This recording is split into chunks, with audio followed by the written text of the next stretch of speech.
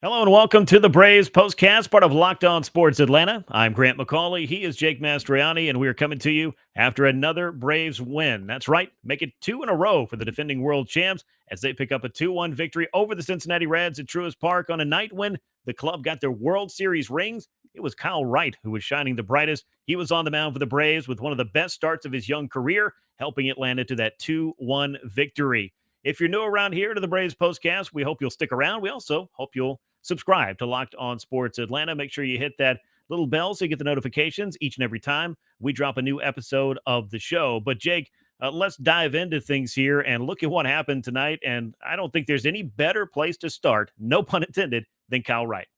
Absolutely. And it's what we talked about at the end of last night's postcast. This was the start I was looking forward to the most because I wanted to see what Kyle Wright looked like. How does he follow up on that World Series performance? Which Kyle Wright do we get? Right. And man, I saw you tweet it out. If this is the Kyle Wright we get, every fifth day throughout the season, this is a huge plus for the Atlanta Braves in that rotation. And you look at his line: 6 innings, 2 hits, 1 walk, no earned, 6 strikeouts. But what was key for me, and what's always key for me with Kyle Wright, is getting ahead of batters, being effective in the zone. He threw 76 pitches, 56 of them for strikes. He threw a first pitch strike to 16 of the 22 batters he faced. 8 swings and misses on that curveball, which was absolutely filthy. I saw Pitching Ninja tweeting it out, and if he's doing that, then it must be nasty. Good thing.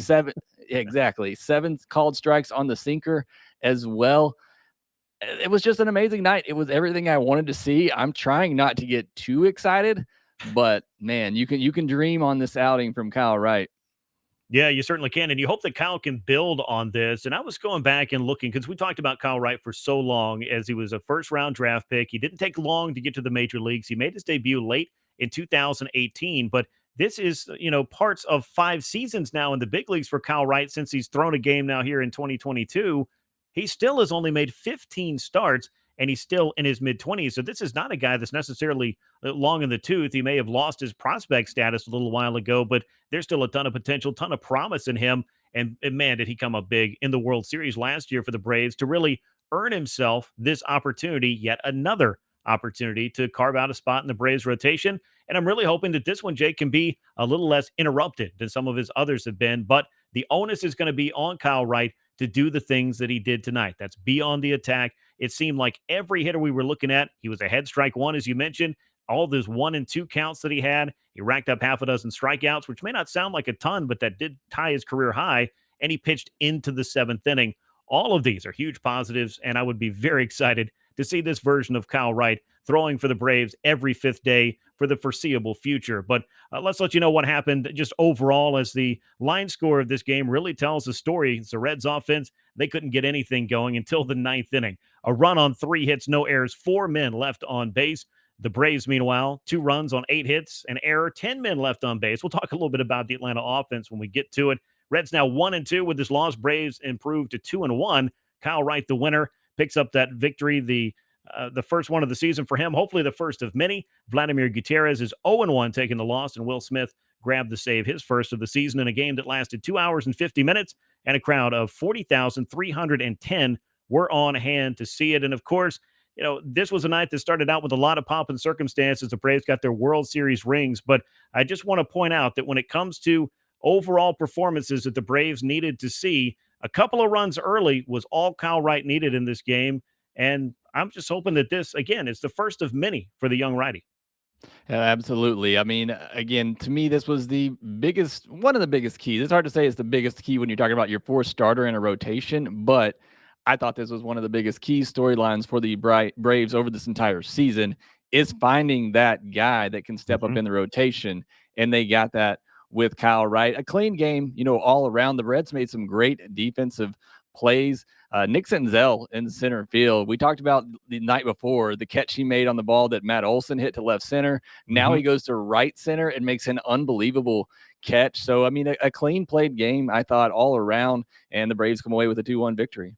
Yeah, and just in case you're wondering what this 2-1 victory, what winning 2 games in a row in the first series of the season means, I want to hearken you back to the 2021 Braves, Jake. We remember that club. They went all the way into August before they climbed over 500 for the season. It took him 3 days this time around. So that, as they say, is progress. But I'll also point out that last year, all's well that ends well, and it doesn't end much better than it did for the Braves in 2021. But they're already over 500, and they've done so in what, about 100 quicker games or 100 less games this year. So I'll certainly take that. Again, Kyle Wright, a masterful performance in this night. 6 innings of 2 hit ball, no runs, a walk, 6 punch outs for him. On the offensive side, we're going to tell you about some of the guys that had a good night, had some key hits, and got things going very early as the Braves offense was opportunistic in the first and kind of quiet for the final seven trips to the plate for them. But before we get into the Braves offense, some of the other big moments and key performers of this game, I want to let you know the Braves postcast is sponsored by Built Bar. These are low calorie, high protein, high fiber, and low carb. Replace your candy bars with these. They're better, as a typical candy bar can be anywhere from 200 to 300 calories. But at Built Bar, they're all about the taste. They make it delicious, then they figure out how to make it healthy, and you'll be blown away by what you find there. Go to built.com, check out all the flavors, use the promo code LOCKED15, and get 15% off your order. That's built.com for Built Bar. And as far as building a win was concerned, it was 2 runs in the first inning. And this is a name that has a lot of stories attached to it, and that's Marcell Ozuna. A 3-hit night for him. He got the Braves on the board with a run-scoring single in the first inning. Ozzy Albies with a sac fly. Those were the only runs that the Braves got in this ball game. For Ozuna, though, 3 hits, that run knocked in. A good night for him, and the Braves, quite frankly, need to get production out of Marcell Ozuna and a lot less of the kind of distractions and things that went on last year, clearly, that took him away from the team and jeopardized his career. Yeah, absolutely. And Marcell Ozuna, he has been on fire, to start the season, hitting the ball hard almost every time he goes to the plate. He has exit velocities of 104.6, 104.5, 103.4, 102.6, and 101 on this season. These are So like he is radio station frequencies. exactly. He has been crushing the baseball so far. Not always getting the results with some of these hits. They came through tonight, and he did. But that's certainly great to see. I mean, like you said, performance on the field, good performance on the field will take away a lot of the distractions off the field. And he certainly is doing that so far. But think about this 3 games so far. You got a 3-hit game from Riley, a 3-hit game for Olson, and now a 3-hit game for Marcell Ozuna. The top of this order is getting it done.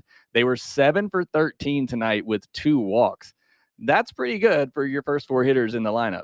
That works. Most days that's going to play because they are not only setting the table, they are getting those hits. They were getting them with runners in scoring position, but we saw a couple of oddities in this game. And Matt Olson was the man who was unfortunately on the wrong side of both of these plays, gunned down at the plate, not once, but twice by the Reds. The second one, pretty impressive. I'm going to get into that one because there was a lot of Twitter reaction that I just want to address and throw a stat at that I think will make a little more sense. But Olson, 2 more hits, a walk. There's 2 plays at the plate. Jake, I know that we've seen Ron Washington. He's aggressive. He likes to send these guys home. And I think this is one of the hallmarks of this club, Jake. This is what makes them great, is that they are all of the time putting pressure on the opposing defense to make that play. This was just a night in which the Reds went 2 for 2. Yeah, you think about that postseason last year in that Dodgers series and him sending home, Rosario and Alves and those close plays at the plate. That's what Washington does, and he is going to force the other team to make a great play. And the Reds did, and they did it twice tonight. Now, I didn't necessarily agree with the first send on Matt Olson. The second one, you got to send him there. It's 2 outs. It had to be a perfect relay, a perfect throw to the plate. And unfortunately, it was. And both these plays are so close. It was going to take a perfect relay on both of them. And unfortunately, the Reds did. And yeah, I feel bad for Matt Olson. You could see his face after that second one, like, not again here. So a bit unfortunate there. But yeah, I am a little, I don't want to say worried. It's 3 games, but not being able to get these add-on runs, I hope that doesn't become a trend and a storyline for this Braves offense. Got the early runs tonight and the night before, and then just not able to capitalize later in the game. You hope that doesn't come back to bite them in this one. But yeah, poor Matt Olson. Those are a couple of tough plays right there, getting thrown out of the plate twice. I don't know how many times that happens in a career. Yeah, I would hope that if you are going to get thrown out, you're not doing it in the same game too many times. But for Olson, really, I know that first one, that may be the one that it was bang bang. The second one, though, I was almost surprised the Braves didn't use their challenge. Not that I have any faith in Major League Baseball's replay to overturn a play like that, particularly because I've seen it not happen too many times. But at that point in the game, I mean, why not? You got to burn that Yeah. challenge at some point anyway. But uh, be that as it may, it was a pretty minor thing as it turned out, as the Braves did win this game, but it did get a little bit tighter in the ninth inning. I want to, go 24 hours by and not have to talk about what's going on in the ninth inning for the guy closing things down for the Braves. But we've talked, Jake, all three games of this series. The Reds' luck with batted balls and the Braves hitting rocket shots that seem to always find a Reds defender making a great play. I guess whether that's with the glove or the arm on this particular night. But Joey Votto with that inside out swing right through where Dansby Swanson would normally be in the shift was able to get the Reds on the board. But Will Smith able to slam the door, shut it down. Kenley Jansen had thrown 30 pitches to get all of the outs that he needed to escape game two of the series. I think we'll see this a little bit, Jake, with Will Smith getting some save opportunities to help out based on matchups and also to help keep that workload of Kenley Jansen manageable, especially early in the year without a full spring training where everybody got to get stretched out. Yeah, it made the most sense. I mean, Will Smith looked really good last night. And yeah, that Joey Votto at bat, I mean, he laid off a couple of really nice pitches right outside the Mhm. zone. Both of them got checked up at third base. Third base umpire almost seemed frustrated that he had to signal it, which didn't make any sense to me. But Your job, just he's Joey Votto, and he's going to have a great at bat. He is in that spot and that swing where it's he just pushes that ball to the shortstop, and you just see Will Smith like, and that may not happen next year, Grant. With the right? shift going away, we may not see that next year. That may be the end of the game right there. So just a bit unfortunate. You talked a little bit about the hits in this series and being a little bit on the unlucky side for the Braves. They had 9 of the hardest hit balls on the night. Hmm. And they much better results in this when they were 6 for 9 on those hard hit balls. But this team is blistering the baseball. They're not always getting the results, but this lineup is hitting the ball hard, and that's extremely good to see. Yeah, that's a trend we want to see continue. And speaking of trending, I do want to get out to Twitter because Matt Olson was trending in this game. A lot of folks, good natured or otherwise, were kind of questioning Matt Olson getting thrown out at the plate twice. And as I've already said, I'm okay with those sins. I'm kind of surprised the second one, it looked like he got tagged real high. They didn't use the challenge, but it is what it is. You made the defense make a play. They made it twice. But just how good was that second play? It wasn't just all the slow foot speed of Matt Olson that made it possible. It was the throw from Aristides Aquino, who threw 101.6 miles per hour on his outfield assist to gun down Olson that second play at the plate. That's the fastest ever by a Reds player and the sixth hardest in MLB in that span overall. So when we talk about the StatCast era and tracking it back to 2015, Sarah Langs, who tracks this kind of stuff, she's a great follow. I recommend that on Twitter.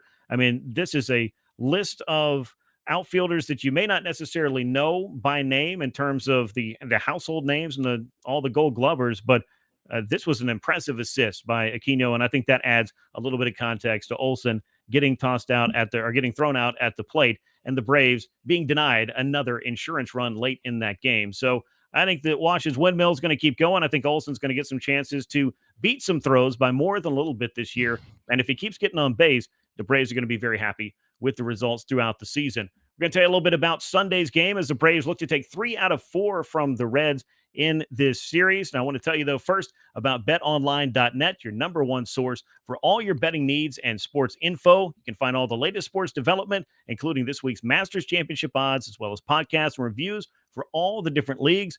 BetOnline is your continued source for all your sports wagering information, including live betting, esports, and scores. That's betonline.net, where the game starts.